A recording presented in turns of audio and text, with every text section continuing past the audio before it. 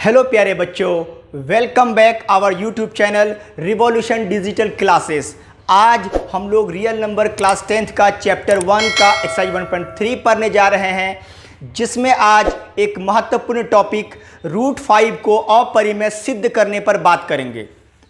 ये टॉपिक आमतौर से बच्चों को थोड़ा टफ लगता है, जबकि ये बहुत आसान टॉपिक है।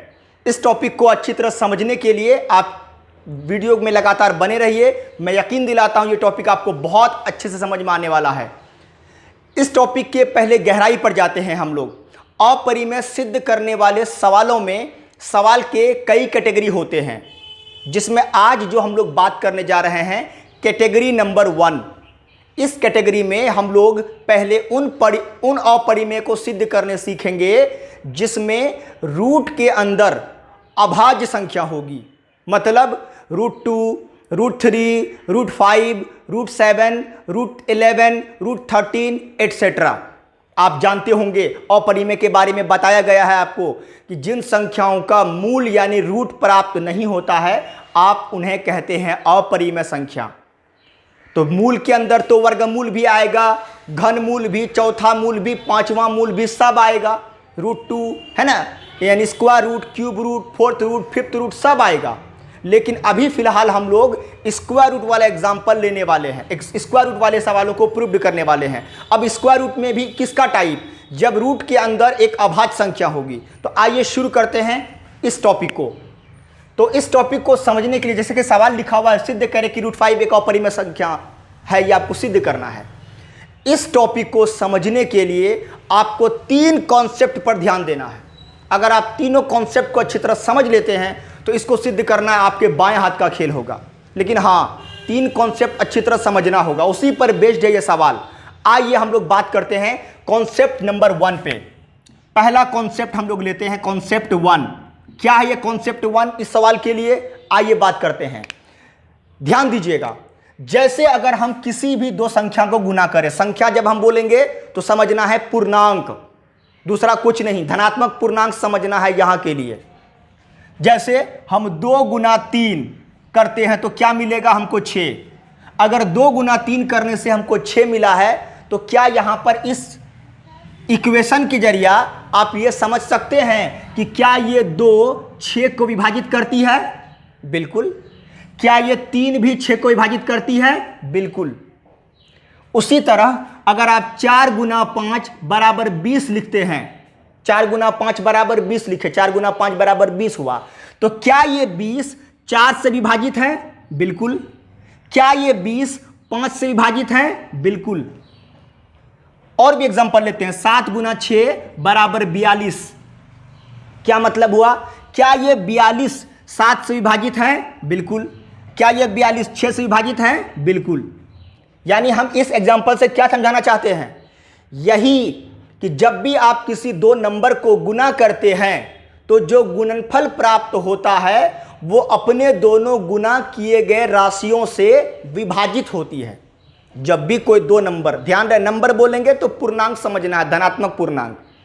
जब भी किसी दो नंबर को गुना करेंगे तो जो नंबर मिलेगा वो अपने दोनों गुना किए गए नंबरों से पूर्णतः विभाजित होगी। क्लियरली देखिए, जैसे 2 गुना 3 करने से 6 मिला, तो 6 2 से विभाजित है, 3 से विभाजित है। 4 गुना 5 करने से 20 मिला, तो ये 20 4 से विभाजित है, 5 से विभाजित है। 7 गुना 6 बराबर 42 मिला, तो ये 42 7 से विभाजित है, 6 से विभाजित है। तो इसी कॉन्सेप्ट के आधार पर आप समझिए कि अगर कोई लिख दिए 2 गुना x बराबर y, 2 गुना x बराबर y, तो अगर 2 गुना x बराबर y हुआ है, इसका मतलब इन दो राशियों को गुना करने से ये राशि मिला है। तो क्या आप कह सकते हैं कि ये 2 जो है y को विभाजित करती है? 2y को विभाजित करती है, कह सकते हैं? बिल्कुल।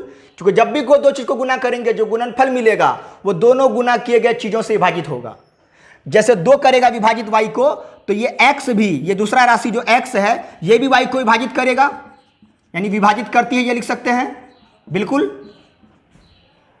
ठीक उसी प्रकार और भी एग्जांपल लेते हैं। जैसे 5 इंटू, मान लीजिए a स्क्वायर बराबर b स्क्वायर, कुछ भी हो सकता है, चाहे रैखिक में रहे, द्विघात में रहे, किसी भी टाइप का रहे। 5 इंटू a स्क्वायर बराबर b स्क्वायर है, तो दो राशि को गुना किए और ये गुणनफल मिला, तो क्या ये इन दोनों से ये पूर्णतः विभाजित होगी? बिल्कुल होगी, क्योंकि जब भी कोई दो चीज को गुना करते हैं जो मिलता है वो गुणनफल अपने दोनों गुणांकों से विभाजित होता है। वहां नंबर था तो दिख रहा था, यहाँ लेटर है तो दिख नहीं रहा है, लेकिन कॉन्सेप्ट तो अप्लाई होगा उस पर भी। तो इसी तरह 5 × a² बराबर अगर b² हो रहा है तो हम कह सकते हैं कि ये 5 जो है ये b² को क्या करती है? विभाजित करती है कि नहीं? यहां से हम समझ रहे हैं इस कॉन्सेप्ट के आधार पर। उसी तरह a² भी, ये a² भी b² को विभाजित करती है, ये भी समझिए। यानी दुनिया में कोई भी दो चीज को गुना करेंगे तो जो गुणनफल मिलेगा वो अपने दोनों गुणांकों से विभाजित होगी। एक और एग्जांपल समझिए आप, आपको लिख दें k² = 5m²। k² = 5 × m², 5m² है। तो यहां पर गुणनफल कौन है? ये या ये? बिल्कुल गुणनफल ये है। यहां पर दो चीज को गुना किए हैं, एक 5 और एक m², और इन दोनों को गुना करने से मिला है k²। जब इन दोनों को गुना करने से k² मिला है तो इसका मतलब ये k² 5 से विभाजित है, ये k² m² से विभाजित है, मतलब भाग लग जाएगा उसमें। यानी आप कह सकते हैं कि 5 k² को विभाजित करती है, ये कह सकते हैं आप। ठीक उसी तरह ये m² भी k² को विभाजित करती है, ये भी कह सकते हैं। तो ये हुआ कॉन्सेप्ट नंबर 1। मतलब हम यहां क्या समझाना चाहते हैं, याद रखिएगा, किसी भी दो चीज को गुना करने से जो नया चीज मिलता है वो दोनों गुना किए हुए चीजों से विभाजित होगा। यही है कॉन्सेप्ट 1। उम्मीद करते हैं समझे। अब हम बात करते हैं कॉन्सेप्ट 2 पर। कॉन्सेप्ट सेकंड आप लीजिए इस टॉपिक के लिए। कॉन्सेप्ट सेकंड पर बात करते हैं। कॉन्सेप्ट सेकंड क्या होगा? बस इसी का उल्टा फॉर्म। यानी क्या, समझिए, अगर हम कहते हैं कि 2 10 को विभाजित करती है, 2 10 को विभाजित करती है, ये एक स्टेटमेंट हम लिखते हैं। 2 10 को विभाजित करती है ना विभाजित, बिल्कुल। तो इसका इक्वेशन क्या देंगे आप, समीकरण क्या लिख सकते हैं? देखिए, 2 गुना कुछ न कुछ होगा जो बराबर 10 पुर जाएगा। तो क्या है वो आपको मालूम है। यहां पर 2 गुना 5 बराबर 10 लिख सकते हैं आप, नहीं, 2 गुना 5 बराबर 10 लिख सकते हैं। इसी तरह और एग्जांपल लेते हैं, जैसे बोलेंगे 4 12 को विभाजित करती है ना, कर रही है ना विभाजित। जबरदस्ती नहीं बोलेंगे कि 4 11 को करती है, जिसको करती है उसी के बारे में बोलेंगे। 4 12 को विभाजित करती है, कर रही है विभाजित। अगर हम ये कहते हैं तो इसका इक्वेशन क्या होगा, समीकरण क्या दे सकते हैं आप इसका? यही कि 4 गुना क्या होगा जो बराबर 12 पुर जाएगा, तो 3। 4 गुना 3 बराबर हुआ 12। 4 गुना 3 बराबर 12, 4 तिया 12, इसका समीकरण हो गया। तो इसी दो चीज को समझ के अब सिंबल पे अप्लाई करना सीखिए। सिंबल पे कैसे? मान लीजिए अब उसी 2 के बारे में बोलते हैं कि 2, मान लीजिए ये 2 x को विभाजित करती है, x को विभाजित करती है। अब ये x ऐसा ही कोई नंबर है जिसको वाकई में 2 विभाजित करती है, स्टेटमेंट कह रहा है। तो इसका इक्वेशन क्या देंगे? देखिए, 2 गुना कुछ न कुछ होगा जो बराबर x पुर जाएगा। अब वो कुछ न कुछ क्या होगा, यहां 2 10 को विभाजित करती है ये लिखा हुआ था, तो हमको मालूम था 2 गुना 5 बराबर 10 होगा, लेकिन यहां तो x कुछ भी हो सकता है, हमको पता तो है नहीं। इसलिए हम गुणांक में भी यहां पर अननोन नंबर लिखेंगे, अननोन राशि लिखेंगे, यानी कि चर। 2 अगर x को विभाजित करती है तो उसके लिए इक्वेशन दे सकते हैं कि 2 गुना कुछ न कुछ सिंबल देंगे जो बराबर x पूरेगा। तो सिंबल x के अलावा दुनिया का कोई भी सिंबल दे दीजिए आप। मान लीजिए 2 गुना y बराबर कर देते हैं x, 2 गुना a बराबर x, 2 गुना b बराबर x, कोई भी सिंबल लिख देना है x के अलावे। ये बात इसके जरिया निकल के सामने आ रहा है। लेकिन हाँ, ध्यान रहे, यहां यह बात जरूर कहना होगा, जहां y प्राकृत संख्या है, जहां y प्राकृत संख्या है, यह बात लिखना होगा। अगर प्राकृत नहीं लिखिएगा तो दो तो सभी को भाग देना शुरू कर देगा। जैसे अगर आप बोलेगा 2 5 को, बोलेगा कैसे 2 5 को भाग देता है, तो बोलेगा 2 गुना, देखो ना 5/2 बराबर 5 पुर गया, है ना, 2 गुना 5/2 बराबर 5 पुर गया। तो वो हर जगह के लिए फिर अप्लाई हो जाएगा अगर हम ये बात प्राकृत नहीं लिखेंगे तो, है कि नहीं। चलिए और एग्जाम्पल लेते हैं। जैसे अब 2 के अलावा हम 3 बोलें, 3 अगर बोलें 3 पी को विभाजित करती है, 3 पी को विभाजित करती है। अब ये पी क्या है हमको नहीं मालूम है, लेकिन हाँ जो भी होगा ऐसा ही नंबर होगा जिसको वाकई में 3 भाग देगा। तो 3 अगर पी को विभाजित करती है तो इसका समीकरण क्या दीजिएगा, 3 गुना कोई ना कोई सिंबल लिखिए जो बराबर पी पुर जाएगा, जो बराबर पी आएगा। अब वो सिंबल क्या लिखेंगे आपका मन, पी के अलावे दुनिया का कोई भी सिंबल लिख दीजिए, यानी कि 3 गुना ए बराबर कर देते हैं पी, 3 गुना ए बराबर पी, 3 गुना बी लिख सकते हैं, एम एन लिख सकते हैं, के लिख सकते हैं, कुछ भी लिख सकते हैं। तो 3 गुना ए बराबर पी लिख दिए। तो लेकिन हाँ वो बात बोलना पड़ेगा जहाँ ए क्या है, ए प्राकृत संख्या है, ए प्राकृत संख्या है, ये जरूर बोलना पड़ेगा। समझ में बात आ रही है, बहुत आसान कॉन्सेप्ट है ये। उसी तरह एक और लास्ट एग्जांपल ले लेते हैं। जैसे मान के चलो 5 एम को विभाजित करती है, 5 एम को विभाजित करती है, तो क्या लिख सकते हैं, 5 गुना कोई भी सिंबल जो बराबर एम पुर जाएगा। मान लीजिए 5 गुना के बराबर एम, 5 गुना के बराबर एम, जहां के प्राकृत संख्या होगी वो बात यहां भी अप्लाई होगी, है कि नहीं। ये था आपका कॉन्सेप्ट दूसरा। कॉन्सेप्ट 1 में क्या समझे, यही कि जब किसी भी 2 राशि को गुना करने से नया चीज मिलेगा, वो नया अपने दोनों गुना किए गए चीजों से विभाजित होगा। दूसरा कॉन्सेप्ट ये सीखे कि मान लो कोई एक राशि है जो किसी को विभाजित करती है, तो उस राशि को किसी न किसी से गुना करने पर वो राशि आ जाएगा। जैसे 2 10 को भाग देता है तो 2 गुना 5 बराबर 10, 4 अगर 12 को विभाजित करती है तो 4 गुना 3 बराबर 12 को इक्वेशन हुआ उसका। 2 अगर x को भाग देती है, x एक सिंबल हो गया, तो 2 गुना कोई भी अदर सिंबल बराबर जो x हो जाएगा। तो अगर आप ये 2 कॉन्सेप्ट समझे तो आपको यह सवाल समझने में बहुत मदद मिलने वाला है। 2 कॉन्सेप्ट को देखिए। अब हम तीसरा कॉन्सेप्ट जो एक और है, जो आपकी किताब का थ्योरम है, उस पर बात करते हैं। इसको ध्यान से आप देख लें। तो चलिए अगला कॉन्सेप्ट 3 पे बात करते हैं। कॉन्सेप्ट 3 एक प्रमेय है जो आपकी किताब से लिया गया है। प्रमेय कहता है, स्टेटमेंट उसका सुनिएगा, कि मान लीजिए p एक अभाज्य संख्या है, यदि p a स्क्वायर को विभाजित करती है तो p a को भी विभाजित करेगी। ये आपकी किताब का एक प्रमेय है जो आपके सामने हम रखे। ये प्रमेय का भी मदद होगा इसको प्रूव्ड करने में और परिमेय को सिद्ध करने में। तो इसको भी जरा समझ लेते हैं हम, ये प्रमेय क्या कहना चाहता है। आइए दिखाते हैं आपको हम। ये कहता है कि p अगर एक अभाज्य संख्या है और अगर ये अभाज्य संख्या p किसी राशि के स्क्वायर को, वर्ग को भाग देती है, तो वर्ग छोड़ देने पर भी उसको भाग देगा। स्क्वायर अगर मिटा देंगे तब भी उसको भाग देगा अकेला। एग्जाम्पल से समझिए इसको।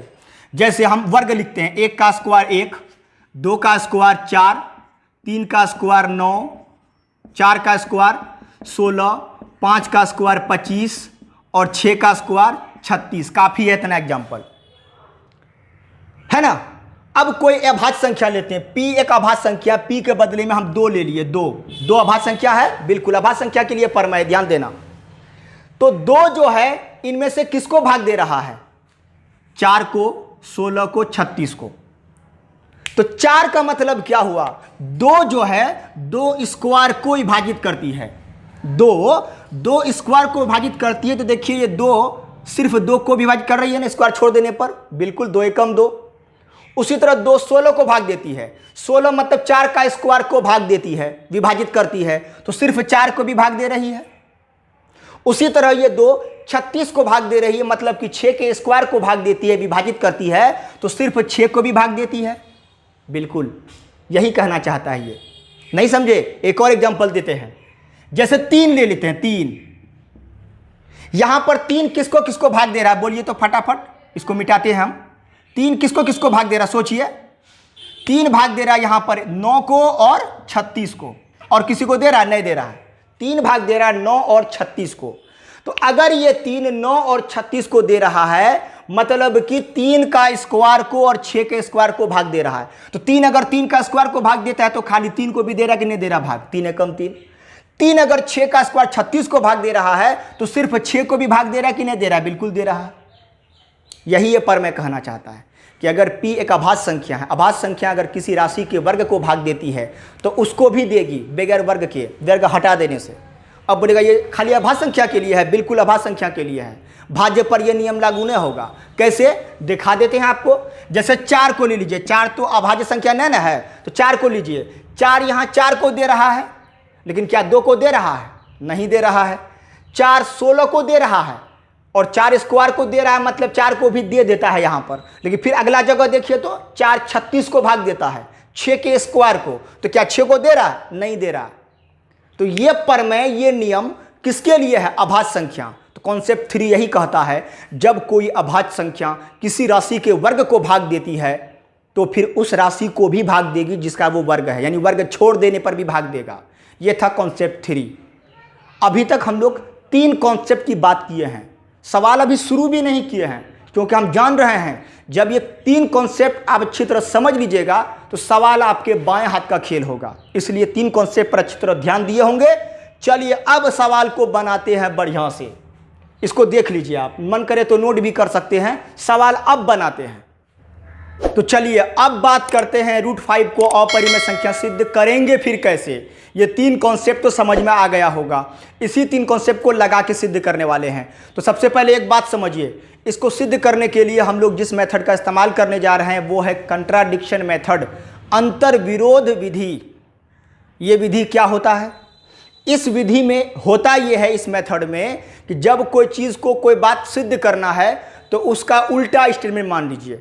एक तो एग्जाम्पल देते हैं, ज़्यादा सीरियसली मत लीजिएगा एग्जाम्पल को, कि मान लीजिए आपको साबित करना है कि आप भारत के नागरिक हैं, CANRC से मत जोड़िएगा इसको। मान लीजिए आपको भारत के नागरिक हैं, ये सिद्ध करना है, तो कैसे सिद्ध करिएगा, थोड़ा देर के लिए मान लीजिएगा कि माना कि हम भारत के नागरिक नहीं हैं। उसके बाद जब नागरिक नहीं है तो आपके पास न वोटर ID कार्ड होगा, न पैन कार्ड होगा, न आधार कार्ड होगा, ना ही किसी जमीन का कोई प्रॉपर्टी आपके नाम का होगा, ना ही कोई खतियान में आपका नाम होगा, है कि नहीं। अगर आप भारत के नागरिक नहीं है तो, क्योंकि आपने माना है कि नागरिक नहीं है। जब नागरिक नहीं है तो इनमें से कोई बात आपके पास नहीं होगा। लेकिन जब खोजबीन किए तो आपके पास आधार कार्ड निकला, वोटर ID कार्ड निकला, पैन कार्ड निकला, जमीन के कागज में आपका नाम भी निकला, ये सारा चीज़ आपका निकला, खतियान में भी नाम निकल गया। तो इसका मतलब ये होता है कि हम जो बात बोले कि आप भारत के नागरिक नहीं है, ये बात गलत हो गया। तो सही बात क्या हुआ, इसका मतलब भारत के नागरिक हैं। कि तीसरा कंडीशन थोड़े ना होगा, कोई हो भी सकता है और नहीं भी हो सकता है, या तो भारत का नागरिक होगा या नहीं होगा, 2 ही बात होगा। तो बस यही, जिस सिचुएशन में 2 ही कंडीशन पाया जाता है वहां पर अंतर विरोध विधि का इस्तेमाल करके हम कोई भी चीज़ प्रूव कर सकते हैं, कंट्राडिक्शन मेथड। तो आप क्या सिद्ध करने वाले हैं, अपरिमेय। तो आप जानते हैं कि रियल नंबर का 2 ही टाइप है, या तो परिमेय या अपरिमेय, तीसरा बात नहीं होगा रियल नंबर के अंदर। तो हमको जब अपरिमेय सिद्ध करना है तो कंट्राडिक्शन मेथड में हम मान लेंगे कि यह अपरिमेय नहीं, मतलब परिमेय है, ये मानकर चलेंगे। अब परिमेय जब मानेंगे तो परिमेय के अंदर जो जो प्रॉपर्टी होता है वो सब अप्लाई करते जाएंगे। अप्लाई करते हुए अगर हमको कोई ऐसा स्टेटमेंट मिल जाए जो हमारे प्रॉपर्टी को फॉलो नहीं करेगा, प्रॉपर्टी पर खरा नहीं उतरेगा, तो ऑटोमेटिक मेरा स्टेटमेंट रॉन्ग हो जाएगा, गलत हो जाएगा। तो अपने आप वो चीज़ क्या हो जाएगा, अपरिमेय, क्योंकि तीसरा ऑप्शन थोड़े ना है आपके पास। यही है कंट्राडिक्शन मेथड। तो आइए सवाल शुरू करते हैं। तो पहला काम ये करना है आपको, आप लिखेंगे, आपको सिद्ध करना है अपरिमेय, इसका उल्टा मानिए, मतलब अपरिमेय नहीं है, नहीं मतलब परिमेय बोलिए इसको। आप कहिएगा कि माना कि √5 एक अपरिमेय, सॉरी क्या कर दिए, जो बात मान रहे उसका उल्टे ही लिख दिए। माना कि √5 एक परिमेय संख्या है ना, माना कि √5 एक परिमेय संख्या है, ये मान लेते हैं हम। कंट्राडिक्शन मेथड के मुताबिक उल्टा मानना है। अब देखिए, आप जब इसको परिमेय संख्या माने हैं तो परिमेय संख्या किसको कहते हैं? जिसको आप p/q के रूप में लिख सकते हैं। तो इसका मतलब कि आप इसको लिख सकते हैं √5 is equal to p/q। √5 is equal to p/q। अब यह भी तो बताना होगा कि p और q क्या है। तो परिमेय संख्या के डेफिनेशन में क्या लिखे थे? p और q क्या होता है? पूर्णांक संख्या q नॉट इक्वल टू 0। वो बात यहां भी इंक्लूड कीजिए कि जहां p तथा q पूर्णांक संख्या एवं q नॉट इक्वल टू 0 है। यह बात जोड़ दी इसमें। एक और बात जोड़ना है, वो क्या? सुनिए, p/q ये परिमेय संख्या का फॉर्म है। जब कोई परिमेय संख्या लिखा जाता है तो वो अपने मानक रूप में लिखा रहता है हमेशा। मानक रूप का मतलब, स्टैंडर्ड फॉर्म मतलब क्या हुआ कि p और q का कॉमन फैक्टर सिर्फ 1 होगा, यानी p और q 1 के अलावा किसी से विभाजित नहीं होगा। मतलब कहने का ये हुआ कि परिमेय संख्या कभी भी, जैसे यहाँ पर दिखा देते हैं, 4/6 नहीं होगा। 4/6 कहाँ लिखा रहता है? मानक रूप में लिखा रहता है। 2 दूनी 4, 2 तिया 6, 2/3 लिखा रहेगा, 7/8 लिखा रहेगा, 8/9 लिखा रहेगा।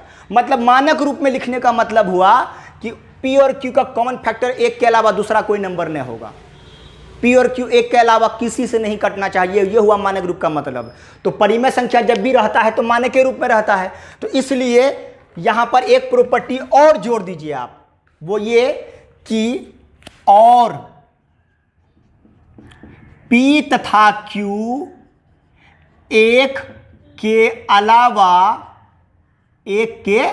अलावा किसी अन्य संख्या से विभाज्य नहीं है। यह भी जोड़ देते हैं। यहां पर बहुत बात लिख सकते हैं। आप लिख सकते हैं p तथा q सह अभाज्य है। आप लिख सकते हैं p और q का कॉमन फैक्टर केवल 1 है। आप लिख सकते हैं p q का HCF 1 है। ये 3 बात जो हम बोले, उस बात का मतलब यही होगा। फिर वो 3 बात लिखने पर समझाना यही तो बात पड़ेगा। इसलिए डायरेक्टली हम क्यों ने सिंपल बात लिखें कि p तथा q 1 के अलावा किसी से विभाज्य नहीं है। ये हुआ परिमेय संख्या का मानक रूप। तो जब हम √5 को परिमेय माने हैं तो √5 बराबर हुआ p/q। अब p/q क्या है वो सारा डिटेल कर दिए। p और q पूर्णांक संख्या, p और q का कॉमन फैक्टर 1 है, मतलब p और q 1 के अलावा किसी से विभाज्य नहीं है। अब देखते हैं आगे क्या क्या करना है, समझते जाइए। इसको सॉल्व करते हैं। सॉल्व देखिए कैसे करेंगे। ये q भाग में है, इस तरफ लाएंगे तो किस में बदलेगा? गुना के रूप में। तो लिखेंगे √5 इंटू q बराबर p। लिख सकते हैं? बिल्कुल। अब देखिए क्या करेंगे। अब सीधी सी बात है, परिमेय माने हैं जब, तो परिमेय के तरफ कोई कदम भी तो बढ़ाइएगा। कदम क्या? परिमेय संख्या में रूट रहता है? नहीं रहता है। तो कोशिश कीजिए रूट खत्म हो जाए। तो खत्म करने के लिए क्या करिएगा? रूट खत्म करने का एक ही उपाय है आपके पास, स्क्वायरिंग बोथ साइड। दोनों तरफ वर्ग करते हैं आप। तो आप यहां लिखोगे दोनों तरफ वर्ग करने पर कीजिए वर्ग। इधर वर्ग करेंगे तो √5q का होल स्क्वायर बराबर इधर हो जाएगा p²। तो देखो √5 का स्क्वायर क्या आएगा? 5, और q का स्क्वायर क्या होगा? q² बराबर क्या बचा इधर? p²। आया? इसको आप यहां मान लीजिए फर्स्ट स्टेटमेंट, फर्स्ट मान लीजिए आप। अब यहां पर जो इक्वेशन आपके सामने है, इस पर पहला कॉन्सेप्ट जो आपको समझाए वो अप्लाई करिए। तो क्या समझाए थे? किसी भी दो राशि को गुना करने से जो नया राशि बनता है वो अपने दोनों गुना किए गए राशियों से विभाजित होता है। समझाए थे? उसको अप्लाई करिए। यानी कि 5 गुना q² बराबर जब p² है, तो क्या इसको देखकर हम कह सकते हैं कि इसलिए 5, ये 5 जो है गुणनफल यानी p² को विभाजित करती है। लिख सकते हैं? बिल्कुल विभाजित करती है। 5 को जब q² से गुना किए तो आपको ये मिला, तो गुणनफल जो होगा दोनों गुणांकों से विभाजित होगा। तो ये p² 5 से विभाजित है, ये p² q² से भी विभाजित है। लेकिन q² का काम हमको नंबर से मतलब था, खाली नंबर वाला स्टेटमेंट लिख दिए। ये कॉन्सेप्ट 1 यहां अप्लाई हुआ है। अब कॉन्सेप्ट 3 अप्लाई होगा यहां पर। देखिए 5 क्या है? एक अभाज्य संख्या, 5 अभाज्य संख्या है और ये पी स्क्वायर को विभाजित करती है। तो इसका मतलब ये 5 स्क्वायर छोड़ देने पर भी भाग करेगा कि नहीं करेगा? बिल्कुल। यही नहीं पढ़े थे कि पी अगर एक अभाज्य संख्या है और वो किसी राशि के वर्ग को भाग देती है तो वर्ग छोड़ देने पर भी भाग देगा। मतलब 5 पी स्क्वायर को विभाजित करती है, तो लिख सकते हैं आपकी 5 पी को भी विभाजित करेगी। ये मतलब हुआ। ये बात कैसे समझे? करेगी, ये लिखो, विभाजित करेगी। यहां पर लागू हुआ है स्टेटमेंट थर्ड वाला कॉन्सेप्ट इस्तेमाल किए हैं। इसको मान लिए स्टेटमेंट सेकेंड, 5 पी को भी विभाजित करेगी। ये बात सामने आई इसको सॉल्व करते हुए। अब समझिए आगे। अब समझना ये है कि ये 5 अगर पी को विभाजित करेगी तो कॉन्सेप्ट सेकेंड पर आइए आप। जब कोई नंबर किसी को भाग देता है तो उस नंबर को किसी न किसी से गुना करने पर वो चीज मिलता है। मतलब 5 अगर पी को विभाजित करेगी तो क्या 5 गुना कुछ भी ऐसा होगा जो बराबर पी आएगा? बिल्कुल, कॉन्सेप्ट सेकेंड। तो 5 गुना क्या होगा जो बराबर पी आएगा? तो सिंबल है ना, तो सिंबल लिखेंगे। यहां पर कोई भी सिंबल लिख सकते हैं पी क्यू के अलावे, जो सिंबल यूज हुआ उसके अलावे दुनिया का कोई सिंबल लिख दीजिए आप। तो चलिए 5 गुना के लिख देते हैं हम, के। 5 गुना के बराबर हो जाएगा पी। इसका समीकरण हुआ ये। जैसे 5 अगर 10 को विभाजित करती है तो लिखते हैं ना 5 गुना 2 बराबर 10। 5 अगर 15 को विभाजित करेगी लिखते हैं ना 5 गुना 3 बराबर 15। तो उसी तरह 5 पी को विभाजित करेगी तो लिख सकते हैं 5 गुना के बराबर पी। यानी यहां पर कोई भी सिंबल देना है। तो ये के क्या होगा ये बता दीजिए कि जहां के प्राकृत संख्या है, जहां के क्या है? प्राकृत संख्या है, ये बता दीजिए। अब देखिए, तो 5 इंटू के बराबर पी, एक तरह से ये पी का मान हो गया। 5 के बराबर पी मतलब समझिए पी बराबर 5 के, पी बराबर 5 के। तो पी का ये मान उठा के एक में रख दीजिए, समीकरण 1 में उठा के रख दीजिए। तो देखिए क्या होता है। देखिए यहां बोलेंगे समीकरण 1 से, समीकरण 1 हम एक बार उतार देते, ज़्यादा अच्छा रहेगा आपके लिए। तो क्या है समीकरण 1? 5 into q square is equal to p square, है ना। तो यहां देखिए 5 into q square is equal to p square, है ना। तो पी बराबर कितना है? 5 के। तो पी के बदले में हम लिख देते हैं 5 के। पी के बदले में 5 के, स्क्वायर अपने जगह पे रहेगा। देखिए क्या होगा आपको, 5 into q square is equal to 5 का स्क्वायर 25, के का स्क्वायर के स्क्वायर, नहीं 5 से कटेगा 5 पचे 25। यहां अलग कलर से लिख देते दिखाई पड़ेगा साफ साफ। 5 कम 5, 5 पचे 25 कट गया। तो बोलिए क्या मिला आपको? यही कि क्यू स्क्वायर बराबर 5 इंटू के स्क्वायर, क्यू स्क्वायर बराबर 5 इंटू के स्क्वायर, ये मिला आपको। तो अब ये जो मिला ये बिल्कुल इक्वेशन 1 के जैसा इक्वेशन है, यही कि उसका उल्टा आ गया। तो हमको उससे मतलब नहीं, कॉन्सेप्ट मेरा क्लियर है। ये गुणनफल है, यहां गुना हुआ है। तो गुना किए हुए चीजों से गुणनफल विभाजित होती है। तो इन दोनों को गुना करने से जब ये मिला है, इसका मतलब ये चीज 5 से क्या होगा? विभाजित होगा। ये चीज मतलब क्यू स्क्वायर 5 से क्या होगा? विभाजित। ये कह सकते हैं इसको देखकर, बिल्कुल इस समीकरण को देखकर आप क्या कह सकते हैं उसको समझिए, या बगल में ही लिखते हैं हम, एकदम बढ़िया से समझिए कि 5 जो है ये क्यू स्क्वायर को क्या करती है? विभाजित, है ना। इसको देखकर लिखेंगे कि इसलिए 5 क्यू स्क्वायर को विभाजित करती है। जो बात इसको देखकर हम लिखे थे यहां, वही बात इसको देखकर लिखे हैं। इसका उल्टा फॉर्म आ गया यहां, बस यही फर्क है। तो 5 गुना कुछ भी करने से जब ये मिला है तो ये चीज 5 से क्या होगा? विभाजित। तो 5 से क्यू स्क्वायर विभाजित है, ये बात लिख दी कि 5 क्यू स्क्वायर को विभाजित करती है। फिर वही परमेट अप्लाई कर दीजिए कि 5 अगर क्यू स्क्वायर को विभाजित करती है तो लिख सकते कि 5 क्यू को भी विभाजित करेगी। पर मैं तीसरा कॉन्सेप्ट जो बताए, विभाजित करेगी, है कि नहीं। और इस स्टेटमेंट को आप स्टेटमेंट 3 मान लीजिए। तो अब देखिए क्या रिजल्ट आपके सामने आएगा। रिजल्ट ये सामने आ रहा है कि सेकंड में कथन क्या था आपका, क्या कहे आप कि 5 पी को विभाजित करेगी, और थर्ड में क्या बोले कि वही 5 क्यू को भी विभाजित करेगी।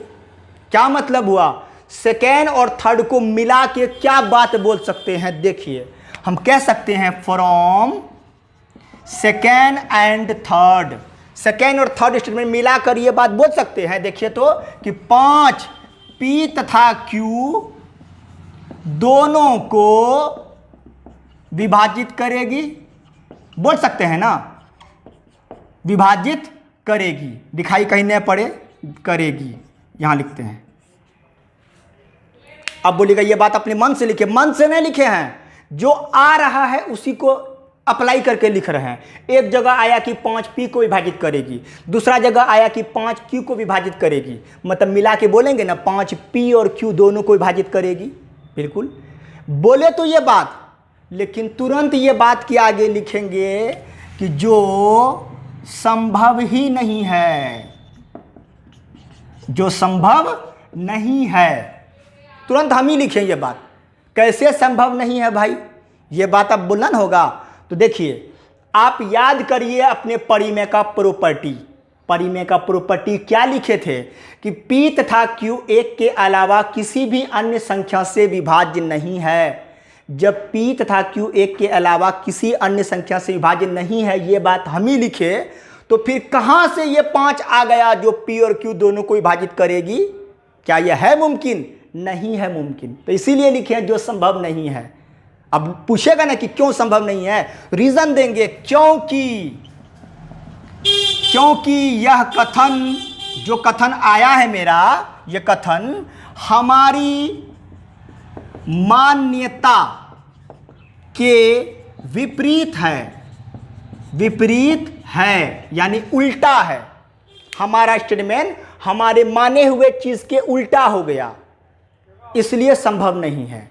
तो क्या मतलब होता है इसका? मतलब मानने में कोई न कोई खोट होगा, मतलब जो चीज़ हम माने वो सही बात नहीं माने थे, इसलिए अपना गलती को मान लीजिए, फटाफट बोल दीजिए कि इसलिए हमारी मान्यता गलत सिद्ध होती है। गलत सिद्ध होती है कि नहीं? हमारी मान्यता गलत सिद्ध होती है। तो देखिए कुछ सिद्ध हुआ है। क्या सिद्ध हुआ? हमारी मान्यता गलत सिद्ध हुई। मान्यता था √5 एक परिमेय संख्या है और यह बात गलत साबित हो गया। इसका मतलब ऑटोमेटिक सही बात क्या सिद्ध हुआ? यही कि √5 जो क्वेश्चन कह रहा था वही है। क्वेश्चन कह रहा था अपरिमेय, तो वो अपरिमेय है, यह सिद्ध हो गया। तो लिखा जाएगा यहां कि अतः √5 एक अपरिमेय संख्या है। इस तरह यह सवाल हमारा सिद्ध हो गया। इसी तरह से आपको इसको सिद्ध करना है, कोई शॉर्टकट नहीं मारना है। शॉर्टकट मारिएगा नंबर कट जाएगा। स्टेप बाय स्टेप समझिए बढ़िया से, इसी पर प्रैक्टिस कीजिए। उम्मीद करते हैं सवाल आपको समझ में आया होगा। अगर समझ में आ जाए तो ये टाइप देखो क्या है, रूट के अंदर अभाज्य संख्या, रूट के अंदर अभाज्य संख्या वाला टाइप है, ध्यान दीजिएगा। दूसरा √6 आ जाएगा, √8 आ जाएगा, तो उसको ऐसे नहीं बनाएंगे, उसका अलग मेथड होगा जो हम अपने नेक्स्ट वीडियो में आपको बताएंगे। नेक्स्ट वीडियो में इसका सेकेंड और थर्ड टाइप पर बात करेंगे। तो फिलहाल आप इस पर प्रैक्टिस कीजिएगा। कुछ सवाल आपको होमवर्क के तौर पर देते हैं, बढ़िया से इसको समझिएगा, इसको बनाइएगा पहले। उसके बाद √2 को, √3 को, √7 को, √11 को, √13 को भी अपरिमेय सिद्ध कर लीजिएगा। अपरिमेय, अपरिमेय सिद्ध कर लेना है इसको। इससे आपका प्रैक्टिस भरपूर हो जाएगा। 2 ही तो 3 तो करने में तो पूरा कॉन्सेप्ट क्लियर हो जाएगा। ये टॉपिक प्रैक्टिस मांगता है, कॉन्सेप्ट मांगता है, जो हम आपको थोड़ा बहुत देने का कोशिश किए हैं। अगर आपको समझ में आया हो, चैनल अच्छा लगता हो आपको सारा का सारा वीडियो लेक्चर वगैरह, तो आप चैनल को सब्सक्राइब कीजिए, हिम्मत बढ़ाइए, ताकि आइंदा हम और भी बेहतर से बेहतर करने की कोशिश करेंगे। लगातार इसी तरह आपको वीडियो लेक्चर हर चैप्टर का मिलता रहेगा। पेशेंस बनाए रखिए चैनल के साथ। हर बार आइएगा सोचिएगा सारा चैप्टर एक बार ये मिल जाए तो नहीं होगा। हम मशीन नहीं हैं, टाइप किए फड़फड़ा के निकल गया। हम आदमी हैं, इंसान हैं, समय लगता है एक दिन में एक वीडियो बनाना, फिर उस पर अपलोड करना, हर चीज़ में समय लगता है। और आप जानते हैं जियो का स्पीड कितना बढ़िया है अभी फिलहाल अररिया में।